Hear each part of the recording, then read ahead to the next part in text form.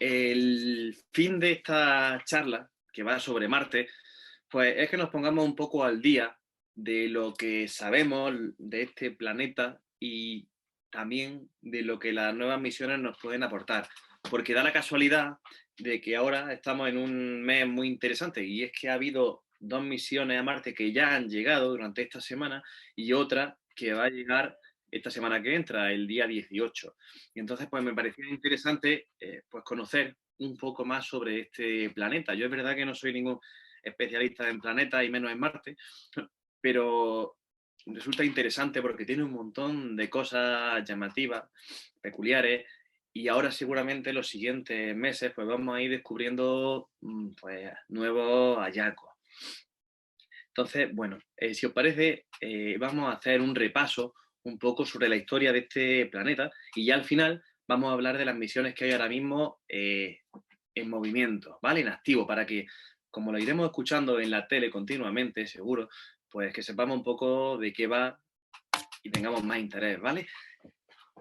Bueno, Marte, la gente ya tenía noticia de Marte desde que tuvo la capacidad de mirar al cielo. Ellos veían una imagen como la que podéis ver ahora, ¿no? Plagada de estrellas, de la Vía Láctea, sin tener ni idea de lo que era, pero se daban cuenta, eso sí o sí, de que había algunas estrellas más brillantes que otras y que se movían, unas pocas de ellas, entre el resto de estrellas del fondo, ¿vale? Eran los planetas, los errantes, y entre esos puntitos brillantes estaba uno que era más rojizo. Seguramente le llamó la atención de cualquier Homo sapiens y predecesores que mirara hacia arriba. Ese planeta rojo, ese punto rojo, era Marte, ¿vale? Que se llama así en honor del dios de la guerra. Entonces, bueno, durante muchísimo tiempo, pues Marte pasaba, daba vueltas alrededor del cielo, completando un ciclo cada 2 años, pero no se empezó su estudio más exhaustivo hasta que ya las primeras civilizaciones, como los babilonios, pues ya empezaron a hacer cálculos de órbita y movimiento. Ahora hablaremos de ello.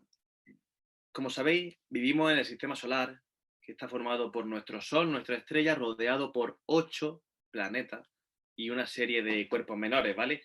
Cometas, asteroides, los satélites de los planetas, planetas enanos. Y Marte, lo tenemos ahí, ocupa el cuarto lugar. Desde el Sol hacia afuera ocupa el cuarto lugar. El planeta rojo es el planeta que tenemos más cercano. La Tierra está entre Venus y Marte, recordaréis, pues allí es donde vamos a viajar. Está relativamente lejos del Sol, está a 227 millones de kilómetros. ¿Eso cuánto es para que hagáis una idea? Pues la Tierra, para tomarlo como referencia, está a 150 millones. Realmente no es tanto, no está un poquito más allá, un tercio más lejos. ¿Cuánto tardamos desde la Tierra? ¿A qué distancia estamos desde la Tierra? Pues es variable, porque como vamos girando alrededor del Sol en tiempos distintos, a veces lo tendremos muy cerca y a veces estará al otro lado del Sol. Fijaros, cuando lo tenemos más cerca, como lo tuvimos hace poco en la oposición, este año, puede llegar a estar a unos 55, 56 millones de kilómetros. ¿Vale? Es casi cuando se toca. ¿Qué pasa? Que luego se vuelven a alejar. La Tierra va girando alrededor del Sol más rápido que Marte, de manera que un año en Marte equivale a casi 2 años en la Tierra. Es decir, la Tierra da prácticamente 2 vueltas al Sol, mientras Marte da solo una. Entonces, cuando la Tierra está al otro lado del Sol, la distancia es mucho mayor. Es de 400 millones de kilómetros. Esto tiene importancia por dos motivos. Una, por gusto de los astrónomos aficionados, pues que si queremos observarlo bien, tenemos que esperar a esa ventana en la que se encuentra más cercana a nosotros, que ocurre aproximadamente cada 2 años, ¿vale? En octubre del año pasado fue cuando estuvo más cerca y ya no volverá a acercarse tanto pasados 2 años, con lo cual ahora está tan lejos que ya es muy difícil apreciar detalles en su superficie con telescopios, ¿no? De aficionados. La otra vertiente importante es que esto determina mucho el momento en el que las misiones tienen que salir hacia Marte, porque tienen que elegir el momento de mayor cercanía, porque de nada sirve que salgan las naves de la Tierra cuando Marte se encuentra al otro lado del Sol, porque tardarían muchísimo más en llegar y se trata de priorizar, ¿no? Combustible y tiempo. Entonces, por eso ahora tenemos un agolpamiento de misiones en Marte, porque salieron 3 a la vez, que fue en esta última ventana, que fue en octubre, y las naves salieron en julio del 2020. Tardan más o menos unos 6 meses en llegar, que no está mal, van rápido, y por eso llegan todas en cuestión de una semana, llegan las 3 misiones, que veremos ahora después. En cuanto a tamaño, para que nos vaya sonando, Marte es pequeño. Decían, bueno, se escucha por ahí Marte, el hermano gemelo de la Tierra, ¿no? Pero no, el hermano en todo caso podría ser Venus. Pero Marte, fijaros, tiene la mitad del diámetro de la Tierra. Estamos hablando de un diámetro de 6.300 kilómetros. La Tierra tiene más de 12.000. Y la Luna, pues la mitad del de Marte. Aquí en esta imagen veis visualmente perfectamente la diferencia. Entonces Marte realmente es pequeño. No es el planeta más pequeño que corresponde a Mercurio, pero sí es bastante pequeño. Al principio he dicho que no se sabía casi nada de Marte, solo lo que se podía calcular mediante verlo visualmente y ver sus movimientos, ¿no? Calcular su órbita, intuir y al final saber que giraba más allá de la Tierra con respecto al Sol. Pero realmente ya empezamos a conocerlo mejor conforme el telescopio se fue desarrollando. Este es de los primeros dibujos que tenemos del planeta rojo, fijaros, por Christian Huygens, que fue un astrónomo muy importante en el desarrollo del lente, que ya en 1659 vio algo en Marte, ya dejó de ser un simple puntito, como otras muchas estrellas, para ser algo que tenía tamaño. Debía estar muy lejos o ser pequeño, pero ya no era un solo puntito, ¿no? Y ya vio ahí una mancha oscura. No sabía lo que era, pero bueno, eso es lo importante de la época. Iban registrando todas las cosas, no había fotografía, pues recurrían al dibujo, como algunos hacemos todavía hoy en día, que no sabemos hacer fotos. Hubo un salto importante, 200 años después, ya con el desarrollo de los telescopios, y Schiaparelli hizo esta maravilla de mapa. Fijaros qué diferencia, ¿no?, entre un mapa anterior, 200 años antes, y este, cómo va avanzando la tecnología. Aquí ya se vio que Marte tenía muchos claroscuros, tenía muchísimas formas como filamentos que este señor, Schiaparelli, denominó canales y desarrolló una nomenclatura en todo el planeta. La verdad que hizo un trabajo importante, porque además esto solo se puede ver así Marte, solo lo veía bien cuando se acercaba cada 2 años, ¿no? Y durante un mes, 2 meses. Entonces la verdad que tiene mucho mérito este mapa. Schiaparelli no sabía lo que eran esas líneas oscuras, pero él intuyó, estábamos hablando de intuición, por supuesto, que eran grandes masas verdes, masas selváticas como las que hay aquí en la Tierra. Pero el hecho de que los llamara canales ya despertó la imaginación de este hombre, Percival Lowell, que fue encargado de darle un importante auge a Marte. ¿Por qué? Porque este hombre, apasionado de Marte gracias a Schiaparelli, pues construyó este observatorio de Lowell, pocos años después, no llegó ni 10 años después, y escribió varios libros porque él ese nombre de canales lo interpretó como que realmente eran canales artificiales que se encargaban de trasladar agua de las zonas más húmedas de los mares hacia las zonas más secas.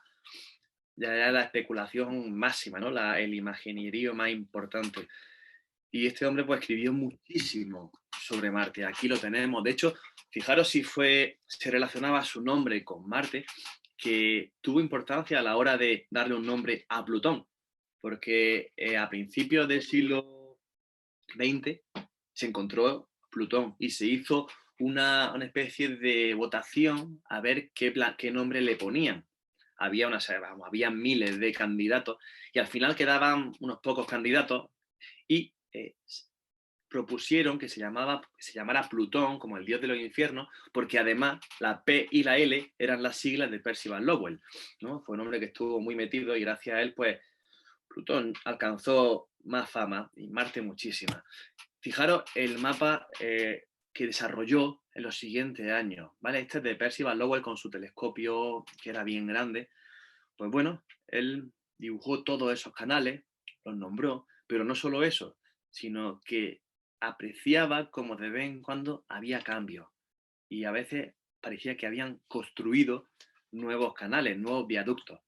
Fijaros que aparecía incluso en todos los periódicos de la época, es decir, provocó una verdadera revolución mediática.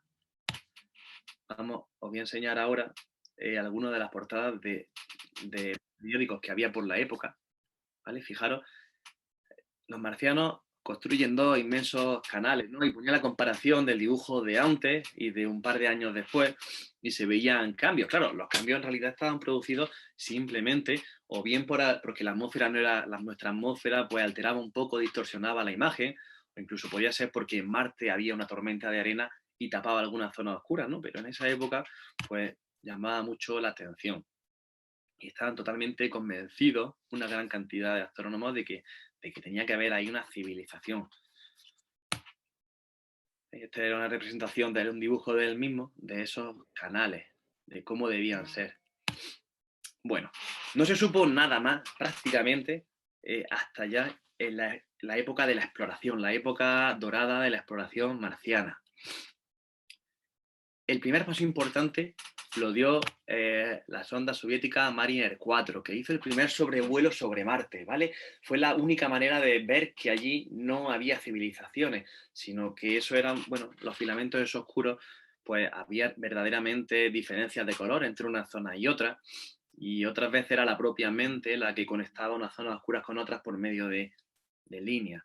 Ahí veo que alguien está seleccionando. Tened cuidado que lo que se dibuja así se ve en las pantallas, ¿vale? Se ve en la de todo. Y no sé de hecho cómo... Hay muchas gracias. Y bueno, ya la Mariner 4 vio que Marte era pues, un planeta relativamente, una superficie normal, rocosa, con bastantes cráteres también. No vio rastros de agua. La Mariner 9, poco después, ya hablamos de 1971, ya orbitaba en torno al planeta y aunque no vio agua como tal, pero sí fijaros esta imagen, qué interesante, se veían accidentes geológicos, geográficos que sugerían, imaginar, aquí se ve perfectamente la desembocadura de algunos ríos, se ve este tipo de imagen, ¿no? Con meandros, con salientes, con afluentes, pues ya daba idea de que aunque no hubiera agua, pudiera haber habido antes. Ese mismo año, la Mars 3 Lander ya americana, aquí por suerte el avance de la astronomía y a este último año siempre va ligado con la competencia. Gracias a la competencia entre las grandes potencias del mundo se consiguen los avances, ¿no? Y en esta época fue la guerra, digamos, entre Estados Unidos, los soviéticos, pues permitió un gran afloramiento en los descubrimientos y el desarrollo de misiones. Aquí, bueno, la Mars 3 llegó a superficie, mandó una imagen ahí borrosa, llena de interferencias, que bueno, realmente fue la primera imagen de la superficie, aunque apenas se veía nada. Pero fue otro hito importante.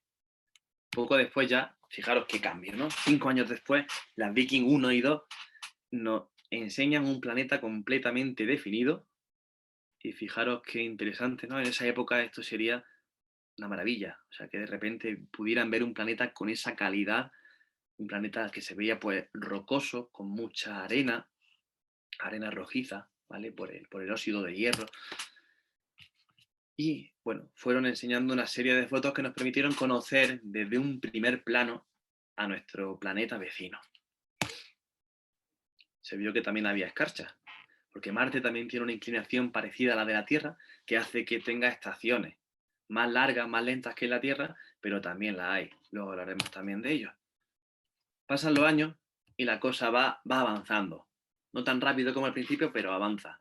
La Mars Global Surveyor también va sondeando el planeta desde fuera, va orbitándolo y mandando una imagen en alta definición que permiten cartografiarlo por completo, ¿vale? Ya sí que se abandona, ya se sabe que no hay ningún acueducto, viaducto, ni ningún tipo de creación artificial. Y la Mars Pathfinder, pues, es un rover, realmente un vehículo motorizado con ruedas que recorrió su superficie. Ese fue otro de los hitos importantes. Fijaros que fue hace nada, fue hace 20 años, como quien dice, ¿vale? 1997. Esto ya permitía pues, ir analizando diferentes terrenos e ir desplazándose muy lentamente, porque tardaban muchísimo en recorrer 1 kilómetro, pero bueno, ya era algo. En 2008, Phoenix, otro vehículo motorizado, fijaros qué imagen mandó a la Tierra, ¿vale? Debajo de esa arena tan fina, de ese regolito, había hielo de agua, lo cual esto fue un bombazo, porque ya se había sugerido antes la presencia de agua por el análisis de la atmósfera, pero realmente aquí ya tenemos, lo estamos viendo, ¿no? Y casi podríamos tocarlo, podemos imaginarnos la textura que tiene ese hielo ahí debajo de esa arena. Bueno, pues esto gracias a los rovers que han ido llegando. Y el mundo de los rovers, que son los vehículos motorizados, pues fue avanzando durante estos años, y entre el Spirit, el Opportunity, que fijaros qué imágenes nos han ido regalando, y el Curiosity, pues nos han hecho comprender muchísimo mejor la historia de este planeta. Y nos han enseñado pues los materiales de los que está hecho, su estructura, y bueno, y la cosa por suerte sigue. De hecho, hace 3 años, la Mars Insight fue una misión que llevó este aparato que veis en pantalla, que se ancló en el terreno de Marte y llevaba, entre otros materiales de estudio, llevaba un sismógrafo que ha medido los terremotos en Marte, gracias a lo cual se puede entender un poco mejor su estructura. Tiene una serie de capas tectónicas muy finitas, mucho más finas que las de la Tierra, con menos actividad. Y bueno, ha visto que ha detectado que había cada 2 por 3, había una época de unos meses que no paraba de haber todos los días algún meteor, algún terremoto, martemoto realmente pequeño, de magnitud menor a 4. Y bueno, otra de las cosas que quería hacer esta misión que ha fallado era meter una sonda hacia abajo, bajo tierra, un medidor para notar cambios de temperatura y otros datos. La idea era que llegara bastantes metros bajo tierra, no me acuerdo si era 5 o 10, pero el caso es que por el tipo de terreno no ha podido excavar lo suficiente y se ha quedado a 30-40 centímetros, porque la idea era que fuera un terreno rocoso que permitiera que la fricción del excavador pues, hiciera agujero, pero se ve que ha sido demasiado, digamos, arenoso, y entonces el excavador resbalaba y no permitía excavar bien. Así que bueno, esa parte de la misión ha fallado, ¿no?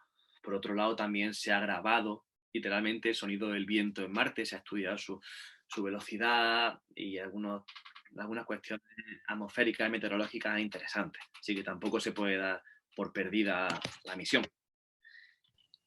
¿Qué nos ha enseñado todo esto? Bueno, pues que Marte es un planeta inhóspito.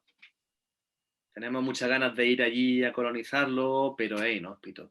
Su temperatura es verdad que no es, en fin, es frío, está más lejos del Sol, una máxima de 30 y pico se llega de temperatura de grados centígrados, las temperaturas mínimas son muy bajas. ¿Cuál es el problema a fin de cuentas? Que la atmósfera es muy débil, ¿vale? Es una atmósfera muy poco densa, con una presión mínima, es menos de 100 veces la presión que tiene la Tierra, porque se ha evaporado, se ha perdido una gran cantidad. Está formada sobre todo por dióxido de carbono. Hay un poco de oxígeno, pero como podéis ver ahí en la composición es mínimo. Entonces, bueno, hoy por hoy es una atmósfera complicada que además no protege, como la nuestra, de los rayos cósmicos y de otra serie de partículas nocivas que caen del espacio, con lo cual plantea otro problema a la hora de pensar en colonizar el planeta. ¿Veis? Ahí se ve la fina capa rojiza, ¿vale? Por ese dióxido de carbono que la tiñe, ya os digo, muy fina y pequeña. Esa es una de las principales carencias de Marte. ¿El suelo cómo es? Bueno, pues predomina el dióxido de hierro, que es el que le da también ese color rojizo característico al planeta. Hay mucho basalto, ¿vale? Como resultado del afloramiento de actividad volcánica, de actividad magmática, silicio, sodio, pero sobre todo dióxido de hierro es lo que más se encuentra. Esta es una imagen típica, una que nos enseñó el rover Spirit. Y bueno, hay una serie de cosas muy interesantes que sí me gustaría, pues, porque tengamos una cultura general sobre Marte. Hay 4, 5, 6 lugares que son increíbles, que comparados con cosas que tenemos en la Tierra, pues nos asombran, ¿no? Y uno de ellos es Valles Marineris. Fijaros, esto es Marte y ahí en medio veis esas franjas horizontales. Bueno, pues eso es el sistema de cañones más grande conocido. Imaginaros lo que sería, ¿no?, el cañón del Colorado, pero ahí lo veis más cerca, el cañón del Colorado de Estados Unidos. Pero precisamente la longitud de izquierda a derecha de esta imagen que veis ocuparía todo Estados Unidos, ¿vale? Son unos cañones enormes que alcanzan 7 y 8 kilómetros de profundidad. Es una barbaridad. Aquí es una otra representación también de cómo es. Esto, bueno, para hacernos una idea, yo os digo, es entre 7 y 8 veces más alto que el cañón del Colorado y hay algunas paredes verticales que sería increíble conocer, ¿no? Casi todo, cuando uno conoce más sitios del exterior, de otros planetas, se da cuenta que la Tierra es relativamente normalita, ¿no? En cuanto a cosas grandes, aparatosas, como cuando nos comparamos con otras estrellas, con otros sistemas solares, con otras galaxias, pues somos bastante del montón. Fijaros en esta imagen, el color muestra las diferencias de altura. Estamos en una zona volcánica muy interesante que se llama Tarsis. Vemos una alineación de tres montañas, ¿veis? Tres montañas blancas y otra que hay grande arriba a la izquierda. Bueno, todo eso son volcanes. Son restos de la intensa actividad volcánica que hubo en Marte hace ya bastante tiempo, hace miles de millones de años. Y vamos a centrarnos en esta zona. Aquí la vemos también más cerca. Veis los tres volcanes en línea a la derecha. Y justo aquí, en el centro, abajo a la izquierda, vemos uno grande. Fijaros si es grande, que tiene un diámetro de más de 600 kilómetros. Es decir, ocuparía este volcán más de la mitad de la península ibérica.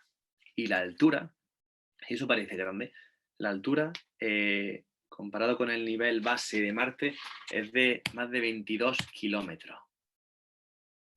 Fijaros que la montaña más alta en la Tierra, sobre el nivel de tierra, es el Everest, ¿no? Con 8.848 metros. Bueno, pues más el Monte Olimpo, que se llama, realmente es un volcán, tiene 22 kilómetros de altura.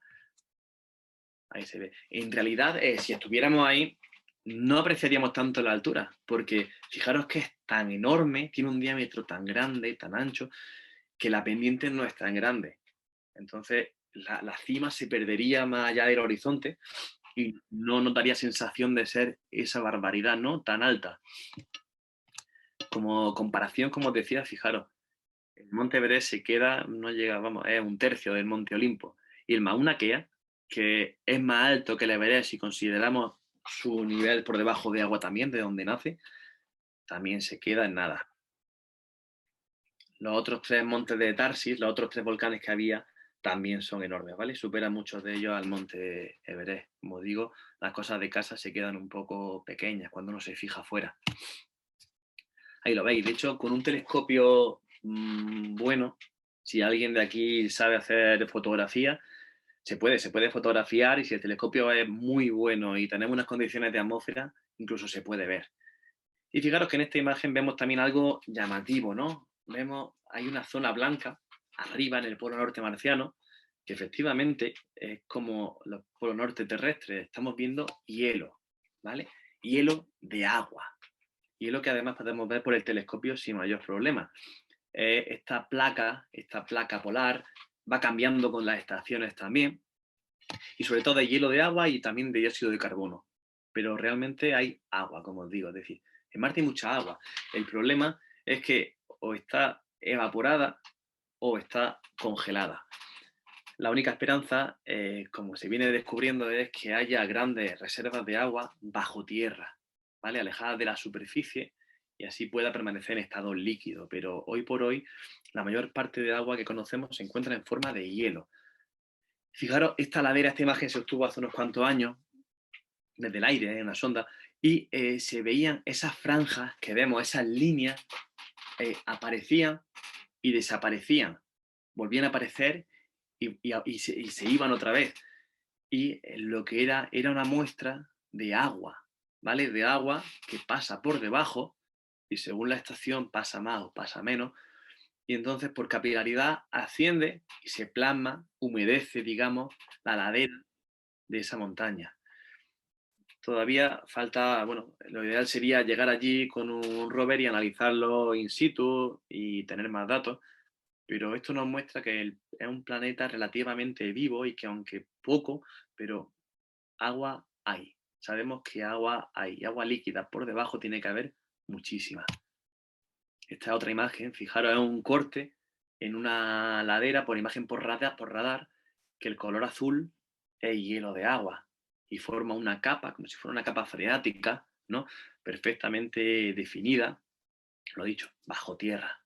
Ahí es donde está el secreto, quizá, de este planeta. La vida ya no sabemos, no sabemos. Fuera está complicado, desde luego. Y dentro, bueno, pues si tuviéramos suerte, algo veríamos. Otra cosa interesante que tenemos en Marte, por ejemplo, son los diablos de polvo, ¿vale? Los Dust Devils, que se llama en inglés. Estos han sido fotografiados tanto por sonda como por los rovers. Fijaros la de arriba a la derecha. Realmente son tornados como los de aquí, pero las diferencias de temperatura tan enormes, pues favorecen que se formen. Tened en cuenta que al no tener atmósfera, la diferencia entre el día y la noche es muy brusca, ¿vale? Por la noche, cuando no le da el sol, puede bajar a 150 grados bajo cero, más de 100 grados bajo cero sí o sí, y durante el día luego sube por encima de los 0 grados. O sea, crea una diferencia enorme, con lo cual las condiciones atmosféricas y las tormentas son bastante importantes. Gelas. Gelas es el cráter, uno de los cráteres más grandes conocidos. Fijaros, aquí vemos abajo el casquete polar sur y justo arriba a la derecha vemos un semicírculo que corresponde a Gelas. Aquí lo vemos mejor, ¿vale? Vemos por esa diferencia de altura, pues Gelas es una cuenca que tiene 2.300 kilómetros de diámetro mayor. O sea, esto fue formado por un meteorito que cayó en Marte, un meteorito considerable, que debía tener un tamaño entre 150 y 300 kilómetros, o sea, una buena piedra, que cayó y formó esta cuenca, formó este cráter que luego se rellenó de lava. Se llama Gelas y realmente es el segundo cráter más grande conocido, porque justo encima, en la zona que vemos, justo encima hay un pequeño cráter, si veis en la imagen del mapa, ¿vale? En la fotografía de Marte, justo por encima de Gelas hay un pequeño circulito grisáceo y encima hay una gran zona clara, enorme. Pues en esa zona clara está escondido, pero ahí hay una cuenca mucho mayor, ¿vale? Una planitia muchísimo más grande, que es, si se confirmara realmente que es por un cráter de impacto, pues sería con diferencia el más grande, porque tiene un diámetro de 3.500 kilómetros. Aquí podemos ver Gelas, ¿veis? A la derecha, abajo, esa gran mancha azul que lo cubre de todo. Antiguamente se pensaba que estaba rellena de agua. Esto es una simulación. Fijaros qué cantidad de agua debía tener Marte hace unos cuantos miles de millones de años. En la parte izquierda se adivina esa raya longitudinal, esa raya horizontal, que es Valle Marineri, que ya conocemos de antes, el sistema de cañones, ¿no? Como el cañón del Colorado. Y arriba, fijaros, pues que es una gran planicie, una gran llanura. Su origen no está claro. Hay quien dice que también fue formado por un impacto muchísimo más grande. Fijaros que es como si fuera de ser un impacto, sería un cráter que tendría la mitad del tamaño del planeta. Eso se llama Bastita Borealis, es la gran llanura del norte y en su momento debía estar llena de agua. Eso lo sabemos porque vemos desembocaduras de ríos, afluentes que llegan a ese mar, ¿no?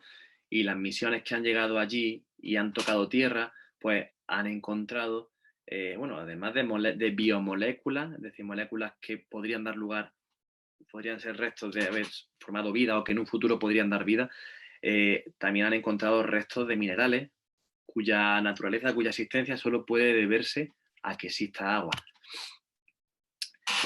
Y como curiosidad, además de Marte, fijaros, este podría haber sido el aspecto que tuviera Marte hace unos 3.000 o 4.000 millones de años. ¿Por qué?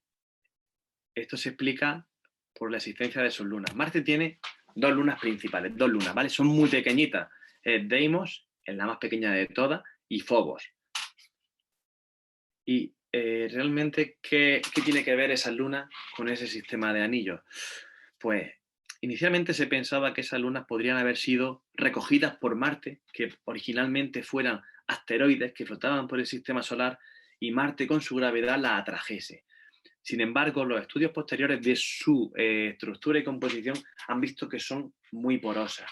pesan muy poco y no tienen el contenido metálico que tienen muchos asteroides, lo cual, de hecho, hace pensar que esas piedras provienen del propio Marte. ¿Cómo? Pues a raíz de cualquiera de los grandes impactos que ha sufrido el planeta, podría haber levantado una cantidad enorme de escombros a su alrededor, formando ese anillo, como los anillos de Saturno o cualquier otro planeta grande, y ese anillo posteriormente, con el paso del tiempo, habría ido juntándose, formando esas piedras conglomerados y al final dando lugar a estas lunas. Deimos tiene un diámetro de apenas de 15 kilómetros. Como veis, es una superficie lisa, pero tiene bastantes cráteres de impacto. Uno de ellos es tan grande que extraña que no haya destrozado el planeta en su momento. Phobos es quizá el más interesante. Es un poco más grande, pero no mucho más. Su diámetro más grande es 28 kilómetros, el menor 16. Es decir, realmente es como una ciudad grande, ¿no? Llama la atención esas dos lunas tan mínimas. Nuestra luna es mucho más grande, tiene un diámetro superior a los 3.000 kilómetros, ¿no? Pero estos son lunas mínimas, también con muchos cráteres, uno de ellos especialmente grande, pero lo más llamativo, fijaros cómo se ven aquí esas líneas que recorren su superficie de un lado a otro.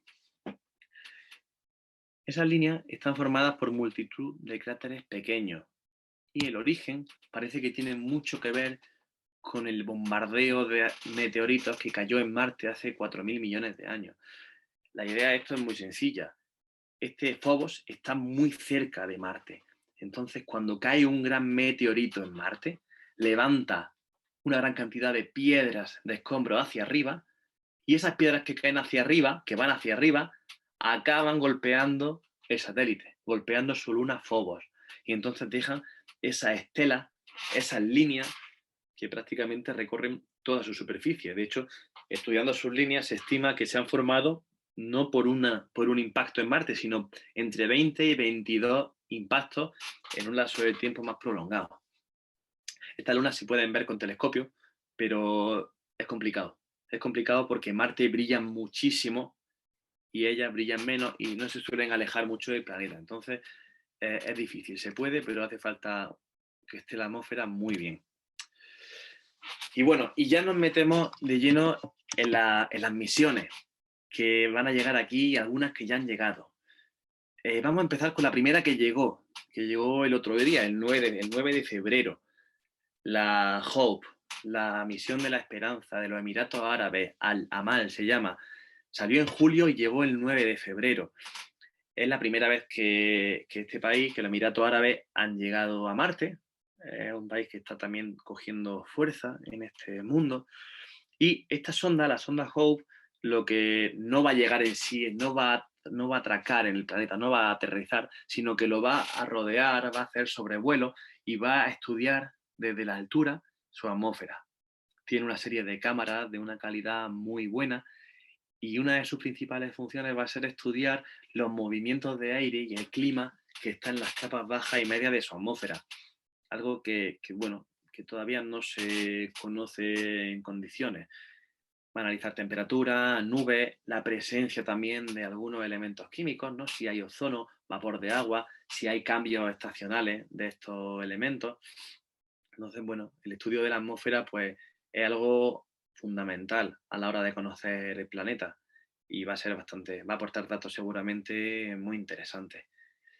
Algo más compleja, la siguiente misión que llegó al día siguiente, llegó el día de febrero, la misión China. China que también ha empezado con fuerza. Empezó en la carrera espacial. La agencia china se fundó hace 10 años. Tuvo una misión conjunta con Rusia que no fue bien, se estrelló. Y ya ellos se han puesto por su cuenta solos y oye, ya han llegado a Marte. Llegaron el otro día, como digo, el 10 de febrero. Y esta misión es bastante más compleja. ¿Por qué? Porque en principio lo que ha ocurrido es que esta sonda se ha puesto en órbita alrededor de Marte y la va a orbitar durante varios meses, ¿vale? Mandando información, igual que la sonda Hope, pues mandando información de su atmósfera, de sus condiciones climáticas y su composición. Lo interesante de la sonda, de la sonda china es que trae también un rover, ¿vale? Trae un aterrizador, que lo veis ahí, que en mayo caerá encima de Marte en una zona de esa antigua llanura que os digo, de Bastita Borealis, donde había agua antiguamente, y el rover que tiene, pues recorrerá toda esa zona en busca de qué, pues estudiando la composición de sus rocas, pero por supuesto uno de los hallazgos más impresionantes que podríamos encontrar ahí sería la presencia de muestras de vida, ¿no? De vida pasada, porque vida actual es complicado, pero bueno, es quizá sería el hito más importante de la historia de la exploración espacial, y por supuesto que aquí va a haber mucha competitividad. Ahí es donde va a caer, ¿vale? El rover chino, el Tianwen. Fijaros, ya conocemos algunas cosas de este mapa, ¿verdad? En la zona derecha vemos la línea de 3 volcanes de Tarsis, el monte Olimpo, que también está justo a la izquierda arriba, el punto blanco. Vemos Bastitas Borealis, que es toda la zona azul la arriba del hemisferio norte, y vemos también Hellas, ese cráter que está en la zona izquierda abajo, en color morado, porque es muy profundo. ¿Vale? Aquí la altura, hablan de altura y de profundidad, los colores. Bueno, pues aquí el rover chino, el Tianwen, va a caer ahí en la zona de Bastita Borealis, una zona donde sabemos que había agua y por tanto la posibilidad de encontrar algunos restos, cualquier cosa, pues es bastante más probable, ¿no? Si es que existen. Entonces va a dar bastante que hablar. Y por último nos vamos a la Mars 2020, que es quizás también otra de las que más van a dar que hablar, porque bueno, como está detrás la NASA, Estados Unidos, y siempre montan un despliegue mediático pues bastante llamativo, y de hecho la manera en la que van a empezar su misión, la forma en la que lo van a hacer es digna de una película. Salió también en julio, como veis aquí, esta es la misión que hemos visto que iba a salir al principio de la charla, y llegará el 18 de febrero, es decir, hablamos de este jueves que viene. Llega por la tarde-noche, creo, a las 8 o a las 9 de la tarde, y se va a retransmitir, como decían antes, se va a retransmitir además en español por parte de la NASA. También lo compartiremos el enlace nosotros, porque va a ser bastante interesante. ¿Por qué? Pues, entre otras cosas, va a llevar un rover allí, a la superficie del planeta. Otro rover más, ¿vale? Ya hay varios. Pues este tiene también la misión fundamental de encontrar marcadores de vida pasada o actual, como misión fundamental, aunque también va a hacer análisis de muestras. De hecho, va a ir cogiendo muestras de terreno, las va a guardar en frascos y las va a dejar allí, en tierra, en distintos lugares, con idea de que posteriormente, dentro de 10 años, otra misión vaya allí y recoja esas muestras, las suba en una nave y las lleven de vuelta a la Tierra. Eso es otro hito, porque hoy en día la única manera que teníamos de conocer al microscopio cómo es la Tierra de Marte era mediante los meteoritos que sabemos que han caído de allí. Pero ya con esta misión pues van a traer muestras directas, ¿no? Que no sean ni se han manchado con nuestra atmósfera, que son de allí, vienen en frascos ya perfectamente de ahí al laboratorio. Entonces va a ser bastante importante. Y además, este rover, que se llama el Perseverance, va a tener un compañero, que es quizás lo que le da, hace que sea una misión más llamativa desde cualquier punto de vista. Y es que va a llevar consigo un dron. Un dron como los que podemos ver por aquí, que va a ser muy interesante porque también va a tomar imágenes, en autonomía, va a poder ir volando de un sitio a otro y ir buscando lugares interesantes para que el rover vaya, ¿no? El dron se llama Ingenuity y bueno, y es la primera vez que este tipo de tecnología se va a hacer en otro planeta, ¿vale? A tantos millones de kilómetros. Entonces es algo bastante llamativo y novedoso. ¿De qué depende esto? Pues de que consigan llegar a la superficie sin estrellarse. Y ahí está la parte complicada, ¿no? Siempre es complicado un aterrizaje, y más cuando, como he comentado antes, la atmósfera del planeta rojo es tan tenue, es tan poco densa, porque no frena. Entonces, debe frenar en cuestión de poco tiempo a una velocidad enorme. Fijaros, aquí hay un vídeo que nos va a poner un poco en perspectiva lo que va a ocurrir el jueves y por qué hay tanta tensión. Le llaman los 7 minutos, creo que son los 7 minutos de la muerte o algo, es un nombre muy comercial y muy llamativo, ¿no? Muy dramático, porque realmente ahí pueden fallar muchas cosas y además en esos 7 minutos no hay absolutamente ningún control desde la Tierra. Es decir, dependen todo de que esté perfectamente medido, de que las condiciones en el planeta, de que no haya una tormenta en ese momento, que se pueda desviar un poco la nave. O sea, depende de mil factores que escapan al control de la NASA. Ahí lo vemos entrando en la atmósfera de Marte, como si fuera un meteorito. Fijaros que dentro de esa cápsula va el vehículo, va el rover. Emocionante es. No lo vamos a ver con esta calidad, por supuesto, de transmisión, porque no es imposible. Pero solo imaginárselo, imaginaros, ¿veis? Ahí está el paracaídas. Si no ha ocurrido nada, el paracaídas pues va bajando. Si hay un fallo al abrirse, pues ya se fastidia. Si hay una tormenta, también. Si un cable falla, en fin. Estas cosas son muy complicadas, ¿no? Y a veces cuando escuchamos, ha fallado esto, pues decimos, va, se han gastado una millonada para nada. Pero es que esto es muy difícil. Fijaros, ahí va el vehículo. Esto va a ocurrir el jueves. Esto que parece de una película, el jueves lo vamos a tener.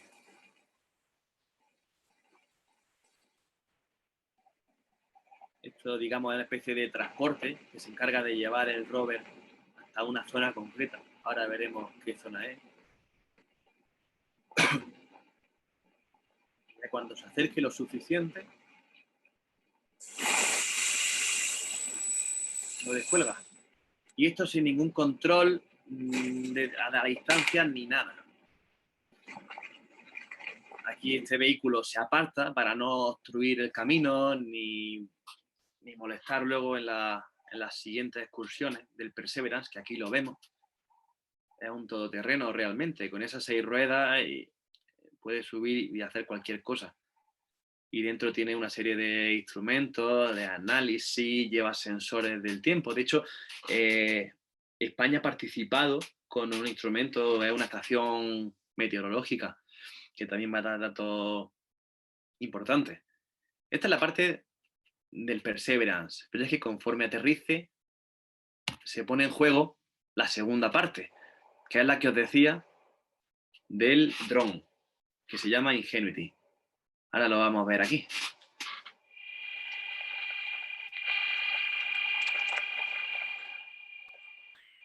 Fijaros que es curioso el diseño.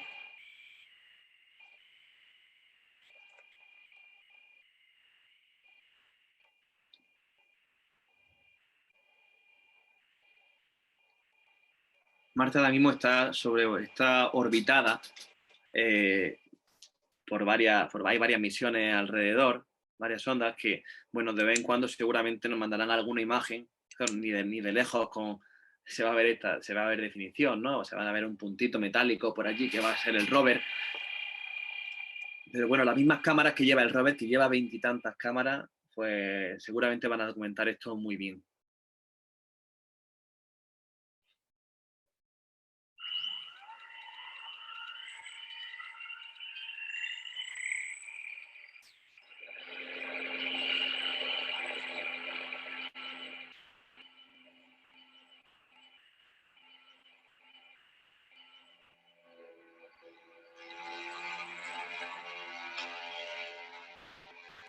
Si ya puede ser complicado manejar un dron aquí en la Tierra con un mando a distancia, imaginaros, a tantos millones de kilómetros y en condiciones totalmente diferentes. Pero bueno, pues la idea es que se haga y que en breve pues podamos ser testigos de esto tan novedoso para nosotros, ¿no? Pero que abriría un camino enorme y mil posibilidades. Porque un sistema de drones podrían sobrevolar el planeta en distintos puntos y mandar una información valiosísima sin tener que estar allí. Imaginaros, ¿no? Ir mandando fotos, va a ser algo, la verdad que puntero totalmente.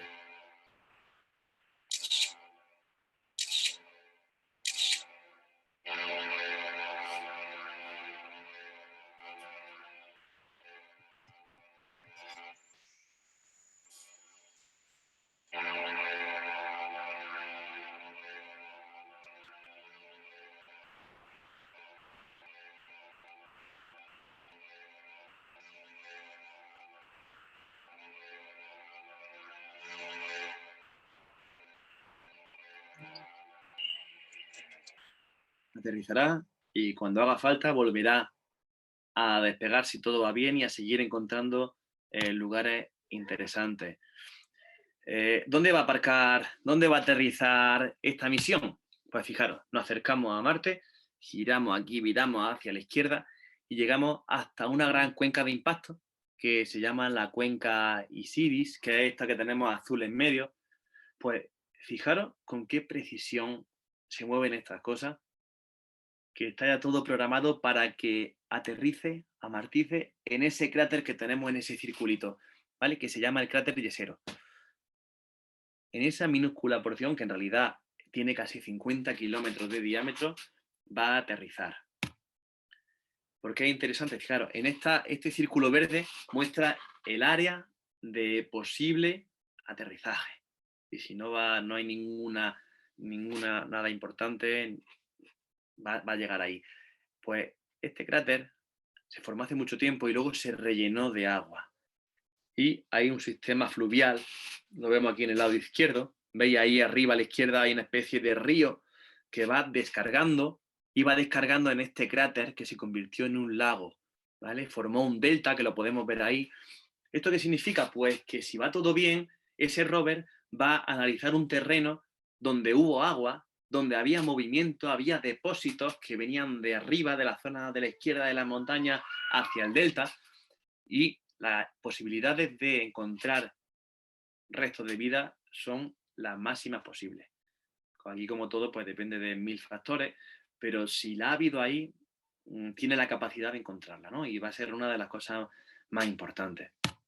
Aquí tenemos una representación del cráter Yesero para que os suene, se verá bastante en televisión y en las redes sociales, ¿vale? De cómo debía ser hace unos cuantos miles millones de años antes de que se evaporara.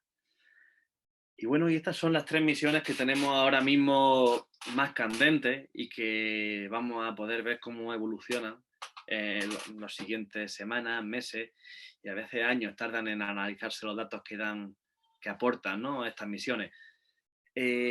Bueno, la visión de esta, el objetivo de esto no es otro que un día poder llegar allí, ¿no?, y poder mandar gente, como ya está planeado. Ya otra cosa es, veremos a ver, hablaban de 2030 y pico, 2040. Aquí hay muchos otros factores en juego que pueden hacer que la cosa se retrase décadas. Pero bueno, si tuviéramos suerte, pues los que estamos aquí viendo esto podríamos ser testigos de por lo menos cómo llegan las primeras personas, porque está claro que lo ideal sería en un futuro, ¿no?, pues tener allí una colonia. Las personas siempre, el ser humano siempre ha tenido la necesidad de explorar, de ir más allá, ¿no?, desde los tiempos más antiguos. Y eso sigue hoy en día. Además, este tipo de misiones sirven para generar una cantidad enorme de tecnología nueva que puede ayudar en muchísimas otras facetas, ¿vale? En desarrollo de alimentación barata, nutritiva, que puede ir a sitios subdesarrollados, el desarrollo de tecnologías que favorecen, por ejemplo, la creación del TAC, de la resonancia, se basan en tecnología que se ha desarrollado gracias a la carrera astronáutica. Entonces aquí detrás ya no se trata solo de llegar a Marte, sino de todo lo que eso conlleva y de la cantidad de hallazgos y de mejora y de tecnología que se puede desarrollar en esta carrera espacial. Así que bueno, cuando veáis la tele, pues acordaros un poco de todo esto y vamos a cruzar los dedos. Acordaros que el jueves ya lo recordaremos nosotros. El jueves se retransmitirá esto en directo. No se verá la bajada esos 7 minutos porque en esos 7 minutos no hay conexión de la Tierra con Marte, pero luego sí. Ya veremos a ver cómo nos enseñan las imágenes, pero seguramente que va a ser muy espectacular y cruzaremos los dedos para que la cosa no acabe mal. Así que bueno, yo corto aquí la charla, ¿vale? Terminamos por hoy, ha sido cortita, pero bueno, por lo menos pues ya tenemos una idea quizá, ¿no?, de lo que se viene y de lo que tenemos ahí al lado. No sé si tenéis alguna pregunta o algo. A ver, quien quiera hablar puede hablar ya, ¿vale? Miguel, fantástico como siempre. Gracias, Gal. Preguntarte, el telescopio con lo que estaban viendo y esa definición de Marte, con los valles y todo, cuando estás hablando de 1800, ¿qué tipo de telescopio estás hablando? Es el más antiguo de todo, el de Huygens, que fue en 1600 y pico. Ahí solo había lentes todavía, ¿vale? Ahí hablamos de telescopios refractor, entre comillas, una lente y otra, como el de Galileo, pero un poco mejorado. Luego ya los de 1800 de Schiaparelli, pues creo que también todos estos de esa época eran refractores. Aquí, un segundito, perdón, que estoy para no escuchar. Ahí. Eran refractores, pero largos. La típica imagen de un telescopio clásico, ¿no? En la cúpula grande, que el telescopio tiene sus 5, 6, 7 metros de longitud, ¿no? De focal. Un telescopio a lo mejor de 20 centímetros, 18, 20 y pico de apertura. Mucho más tampoco, porque los refractores tienen un margen, ¿no? Y ya más de ahí es complicado. Pero casi siempre esos telescopios a la hora de ver planetas, pues como ya sabes, tienen muchas ventajas. Luego ya posteriormente, pues el desarrollo de los espejos pues ha permitido que para hacer cosas más grandes haya que recurrir a los espejos, ¿no?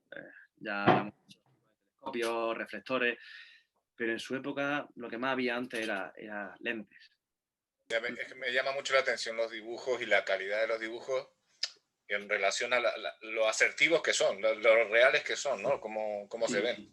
Pues ya he visto la imagen del observatorio de Lowell, se ve por ahí asomando un tubo que, en fin, sus 10 metros de longitud seguro que tenía. Gracias. Y nada, hombre, a ti.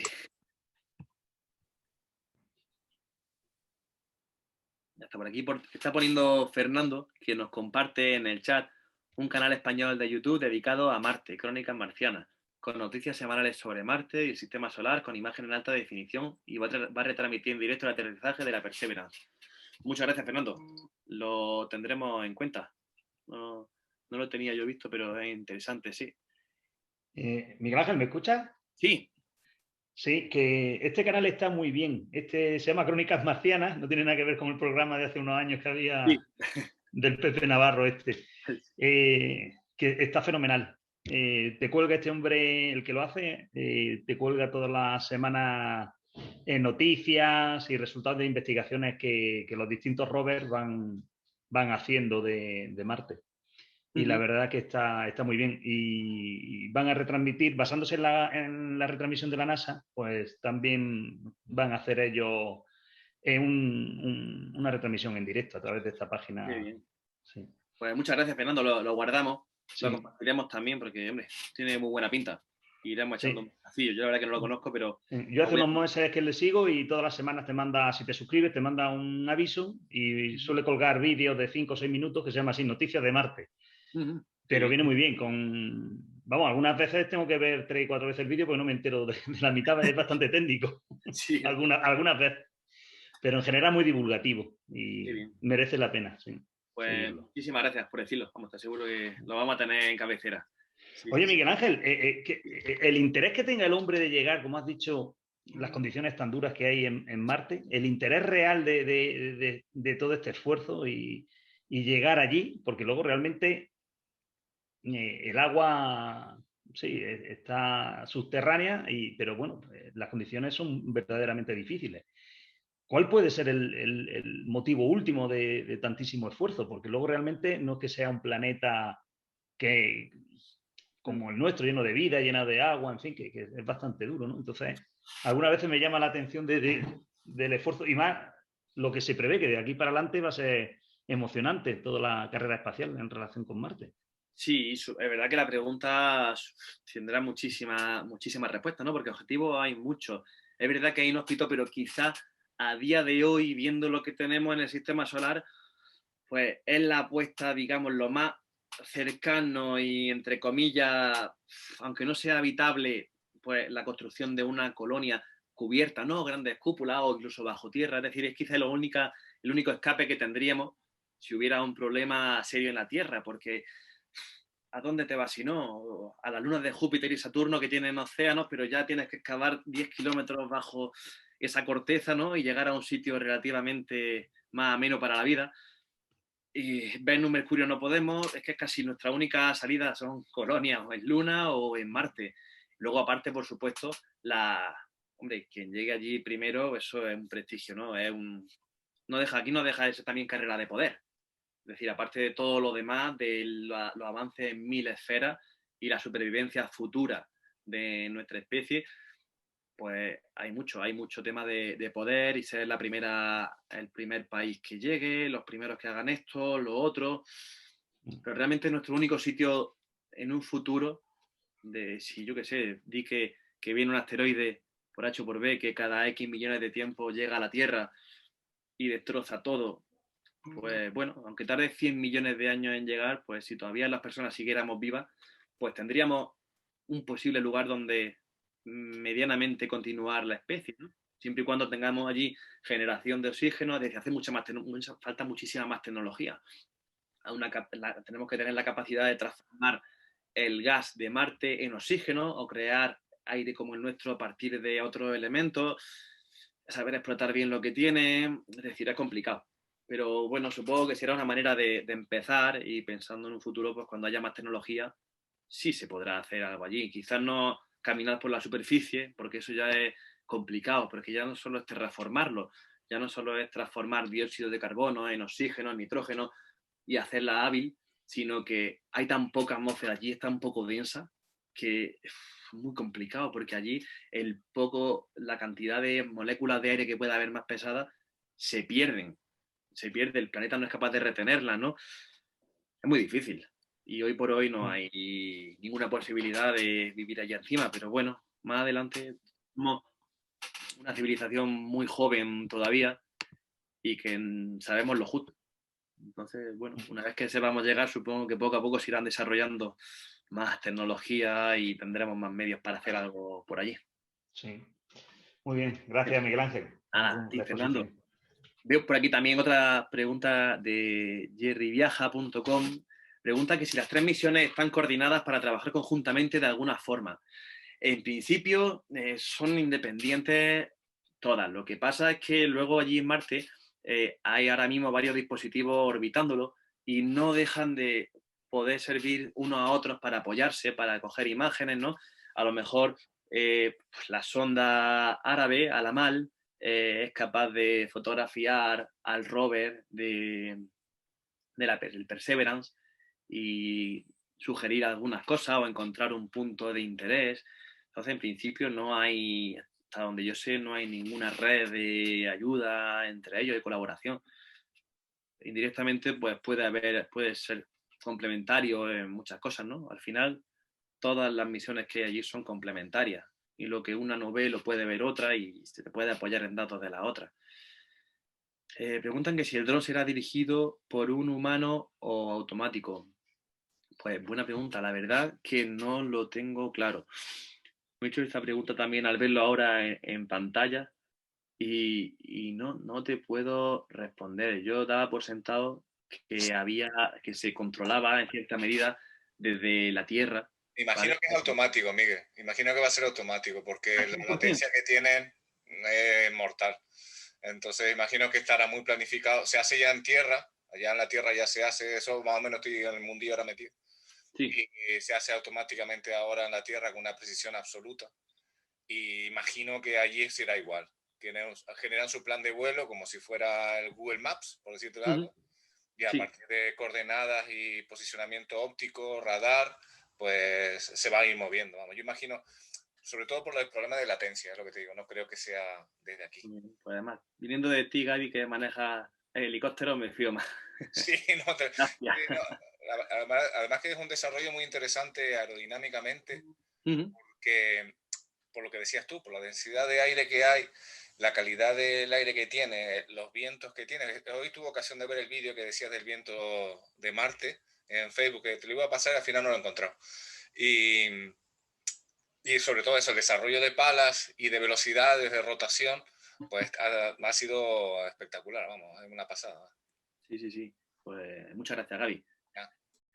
Preguntaban por aquí que cómo harán para evitar que se destruyan los rovers y el dron con las tormentas.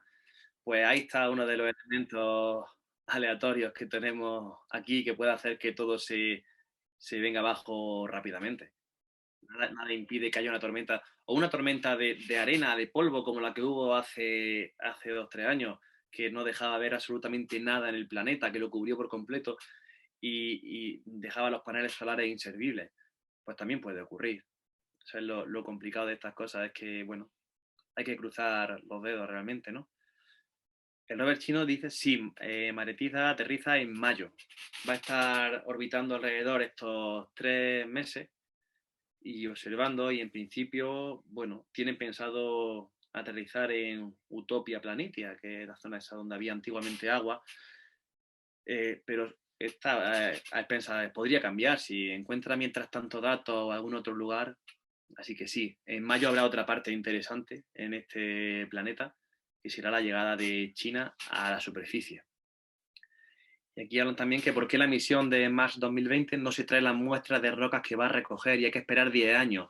Pues porque eso supondría tener un vehículo que fuera capaz, una vez que ha llegado a Marte, de despegar y llevar las muestras a otro orbitador, que es el orbitador que fuera luego hacia la Tierra.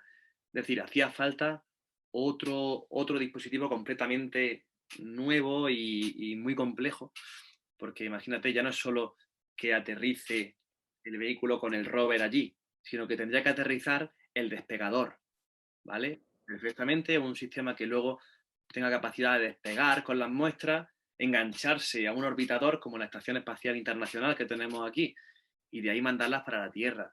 Eso es muy complejo y atrasaría todo muchísimo. Se está en desarrollo y se hará, pero ya atrasaría la misión muchísimo, muchísimo. Ya está. Me pregunta por aquí David Luque, la hora del 18 de febrero, creo que es sobre las 9 y algo de la tarde. Ya lo iremos concretando, ¿vale? Cuando se lleva, pero sí, en teoría creo que era 9 de la tarde, de la noche, 9:50 me suena que era. Y bueno, pues creo que ya está. No hay más preguntas. Ya está, que muchas gracias por estar ahí y estaremos pendientes a ver cómo va la misión. Y el sábado o domingo de la semana que viene os traeremos otra charla. A mí personalmente me gusta más, porque yo ya he dicho que yo de planetas no soy muy ducho, sé lo justo, pero daremos otra charla que se llama Historia de un átomo, en la que vamos básicamente a repasar la historia del universo, porque vamos a contar la historia de un átomo que surge en el Big Bang y acaba entrando por nuestra puerta hoy en día. Y vamos a contar lo que ese átomo ve, ¿no? Entonces, bueno, ese sí es bastante interesante. Os recomiendo que estéis atentos, que os diremos cuándo, a qué hora lo hacemos y qué día. Dice Carolina aquí que el libro está agotado, que cómo se puede conseguir. Sí, es verdad que el libro Breve Guía del Cosmos se agotó hace 3 días. La editorial ya no... Ahí tiene Elena una copia. Pero está en Canarias, así que no. Realmente en la editorial se ha acabado. Creo que quedan en una tienda aquí en Guadix, la tienda de Leo, quedan 3 ejemplares. No sé si por ahí, Miguel, ¿puedes poner el enlace de Leo? Que Sí, creo que quedan 3, quizás. Lo pongo en un momentito. 2, dice Leo que le quedan 2. Bueno, pues ya está, quedan 2 libros de la primera edición. Va a salir la segunda edición en marzo. ¿Vale? O sea, que si alguien se queda, que no pasa nada, que de aquí a una semana. Yo hago reventa, no pasa nada. Yo por un módico precio ya lo justo. Yo ahí ya no entro. Yo tengo 3, pero no me deshago de ellos, ¿eh? Vaya, eso vale. Ya está, que no lo tenga, que no os preocupéis, que saldrá la segunda edición en breve. En marzo ya la tenemos seguramente. El mío está firmado, así que tampoco lo regalo. Vale, estupendo. Gracias, Fernando. Así que bueno, Carolina, ahora va a poner ahí Miguel el enlace, ¿vale? Por si quieres, ya digo, quedan 2 ejemplares. Y ya está, que ahí está, en Astronatura. Que muchísimas gracias a todos por estar ahí y vuestro interés en estas cosas. Que da gusto ver que la gente tiene interés por el cielo, ¿no? Hoy en día. Miguel, perdona, ¿eso que tiene ahí detrás es un meteorito de los de Marte o no? No, Sí, ¿no? sí, Ah, de hecho, iba a comentarlo antes, pero no, este es un meteorito que tengo de muestra de Marte. Esto es un trozo de piedra que ha venido, es que no se ve bien. A ver, ahí lo tenemos, aquí y ahí. ahí. Este trocillo de piedra ha venido viajando 65 millones de kilómetros.